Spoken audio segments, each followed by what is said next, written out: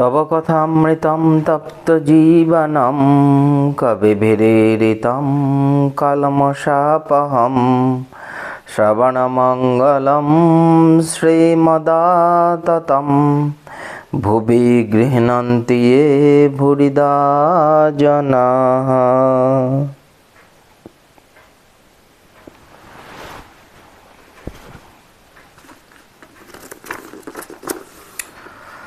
তোমার কথামৃত তাপদগ্ধ জনগণের জীবনস্বরূপ মণিগণ কর্তৃক কীর্তিত পাপ সমূহের বিনাশক, শ্রবণ মাত্রই মঙ্গলপ্রদ ও সকল সম্পদের আকর। আমরা আগের দিন 360 পৃষ্ঠায় পড়েছি ঠাকুর শ্রীশের সহিত কথা বলছেন। শ্রীশ বলছেন যে কাজের গতিকে সংসারে অন্যায় কত করতে হয়। কেউ পাপ কর্ম করছে, কেউ পুণ্যকর্ম। এসব কি আগেকার কর্মের ফল? তাই করতে হবে? ঠাকুরকে জিজ্ঞেস করছেন। ঠাকুর বলছেন কর্ম কতদিন? যতদিন না তাকে লাভ করা যায়। তাকে লাভ হলে সব যায়। তখন পাপ পুণ্যের পার হয়ে যায়। ফল দেখা দিলে ফুল যায়, ফুল দেখা দেয় তো ফল হবার জন্য। সন্ধ্যাদি কর্ম কতদিন?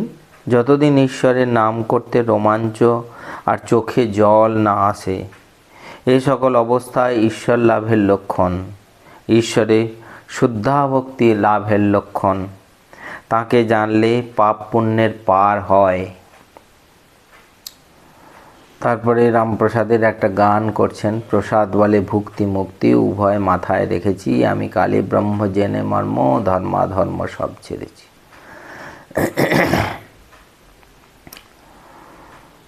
তো বলছে সংসারে থাকতে থাকতে তাঁর দিকে যাওয়া বড় কঠিন। ঠাকুর বলছেন কেন? অভ্যাস যোগ। ঠাকুর তখন উদাহরণ দিচ্ছেন যে ছুতোরদের মেয়েরা চিঁড়ে বেচে। যখন ঢেঁকিতে পাট দিয়ে চিঁড়ে কাটা হচ্ছে, তখন ঢেঁকির পাট পড়ছে, হাতে ডাহানগুলো ঠেলে দিচ্ছে, এক হাতে ছেলেকে মাই দিচ্ছে, আবার খদ্দেরের সঙ্গে কথা বলছে।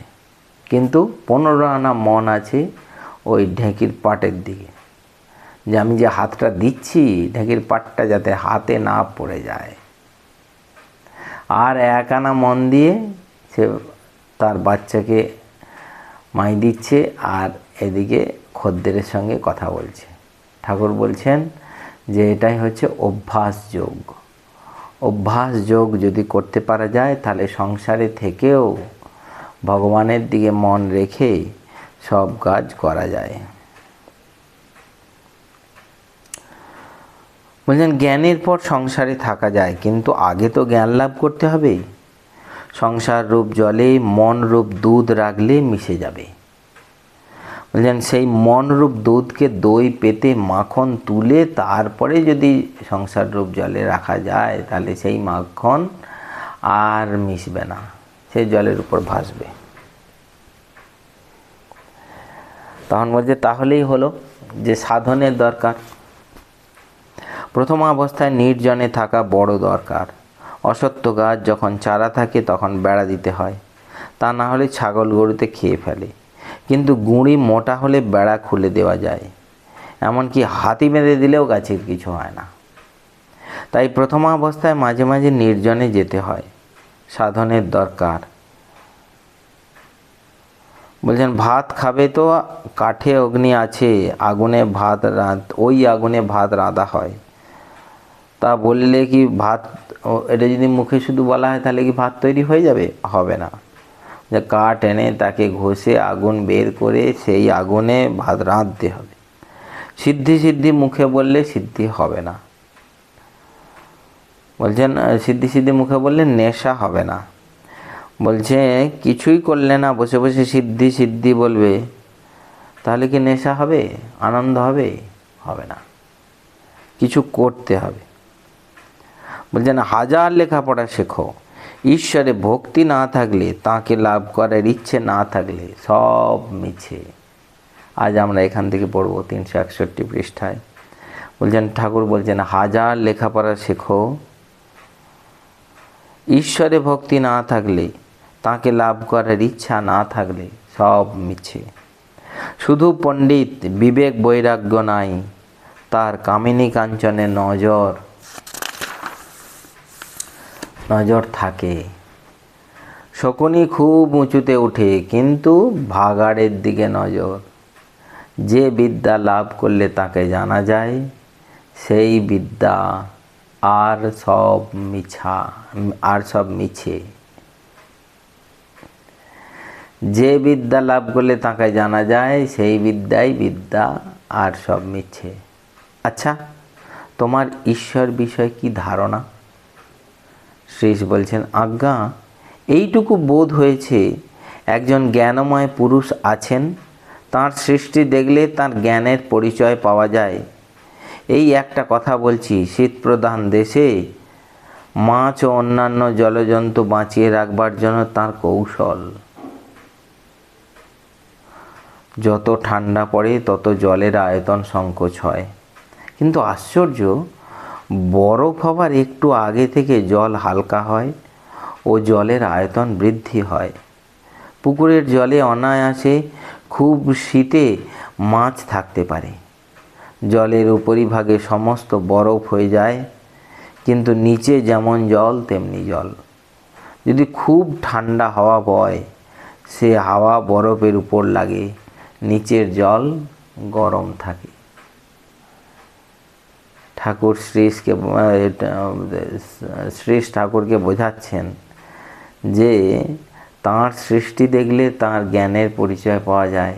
এবার তাঁর সৃষ্টিকে তিনি কিভাবে বাঁচিয়ে রাখার চেষ্টা করছেন, সেইটা তিনি ব্যাখ্যা করছেন ঠাকুরের কাছে। ঠাকুর বলছেন, তিনি আছেন, জগৎ দেখলে বোঝা যায়, কিন্তু তাঁর বিষয়ে শোনা এক, তাঁকে দেখা এক, তাঁর সঙ্গে আলাপ করা আর এক। কেউ দুধের কথা শুনেছে, কেউ দুধ দেখেছে, কেউ বা দুধ খেয়েছে। দেখলে তো আনন্দ হবে, খেলে তবে তো বল হবে, লোক হৃষ্টপুষ্ট হবে। ভগবানকে দর্শন করলে তবে তো শান্তি হবে, তাঁর সঙ্গে আলাপ করলে তবেই তো আনন্দ লাভ হবে, শক্তি বাড়বে। মুমুক্ষুত্ব বা ঈশ্বরের জন্য ব্যাকুলতা সময় সাপেক্ষ। শ্রীশ বলছেন, তাকে ডাকবার অবসর পাওয়া যায় না। তখন ঠাকুর বলছেন সহাস্যে, তা বটেই, সময় না হলে কিছু হয় না। একটি ছেলে শুতে যাবার সময় মাকে বলেছিল, মা, আমার যখন হাগা পাবে আমাকে তুলিও। মা বললেন, বাবা, হাগাতেই তোমাকে তুলবে, তোমাকে তোলাবে, আমায় তুলতে হবে না। শ্রীশ বলছে, সময় না হলে কিছু হয় না। যদি ভিতরে তীব্র বৈরাগ্য থাকে, সব কিছু করছে, কিন্তু মন ভগবানে পড়ে থাকে।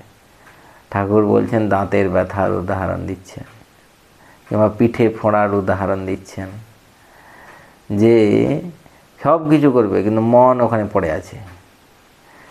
কিন্তু এই যে সময় পায় না, কারা বলবে? যারা ঈশ্বরকে মনটা দিতে পারেনি, অন্য সব কিছুতে মন বেশি দিয়ে ফেলছে, ভগবানকে ডাকার মনেই থাকছে না ডাকতে। তো ঠাকুর ওটাকে বলছেন যে সময় না হলে কিছু হয় না। বলছে, যাকে যা দেবার তার সব ঠিক করা আছে। সরার মাপে শাশুড়ি বউদের ভাত দিত, তাতে কিছু ভাত কম হতো। একদিন সরাখানি ভেঙে যাওয়াতে বউরা আহ্লাদ করছিল। তখন শাশুড়ি বললেন, নাচো কোদো বৌমা, আমার হাতের আটকেল আছে।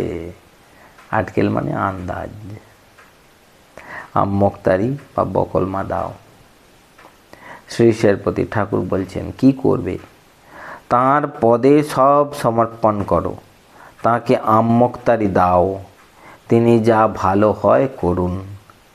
বড় লোকের উপর যদি ভার দেওয়া যায়, সে লোক কখনো মন্দ করবে না। সাধনার প্রয়োজন বটে, কিন্তু দুরকম সাধন আছে। একরকম সাধকের বানরের ছাড় স্বভাব, আর এক রকম সাধকের বিড়ালেচ্ছার স্বভাব। বানরেচ্ছা নিজে জো শো করে মাকে আঁকড়ে ধরে। সেইরূপ কোনো সাধক মনে করে এত জপ করতে হবে, এত ধ্যান করতে হবে, এত তপস্যা করতে হবে, তবে ভগবানকে পাওয়া যাবে। এ সাধক নিজে চেষ্টা করে ভগবানকে ধরতে যায়।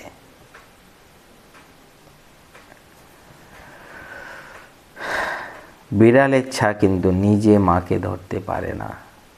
সে পড়ে কেবল মিউ মিউ করে ডাকে।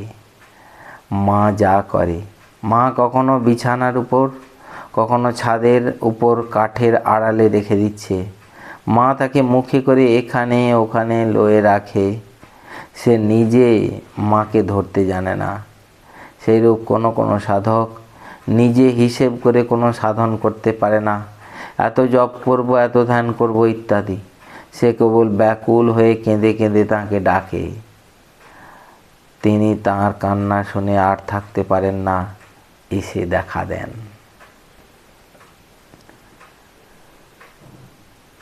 ঠাকুর বিড়ালছানার স্বভাবের ব্যাখ্যা করছেন। এদিকে বলছেন যে বানরের ছানা সে মায়ের কোল একদম চেপে ধরে থাকে নিজেই, কিন্তু বিড়াল ছানা পারে না। বাঁদরের ছানা এমন চেপে ধরে যে মা তাকে টেনে ছাড়াতে চেষ্টা করলেও ছাড়তে পারবে না, এমন অবস্থা। কিন্তু বিড়াল ছানা পড়ে পড়ে মিউ মিউ করে।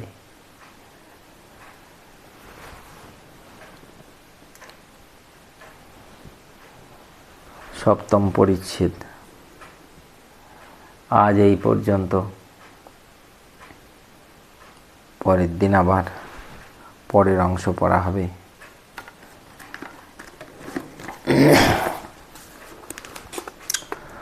ওম নিরঞ্জনং নিত্যমনন্তরূপং ভক্তানুকম্পাধৃতবিগ্রহং বৈ ঈশাবতারং পরমেশমিড্যং তং রামকৃষ্ণং শিরসা নমামঃ। ওম শান্তি শান্তি শান্তি।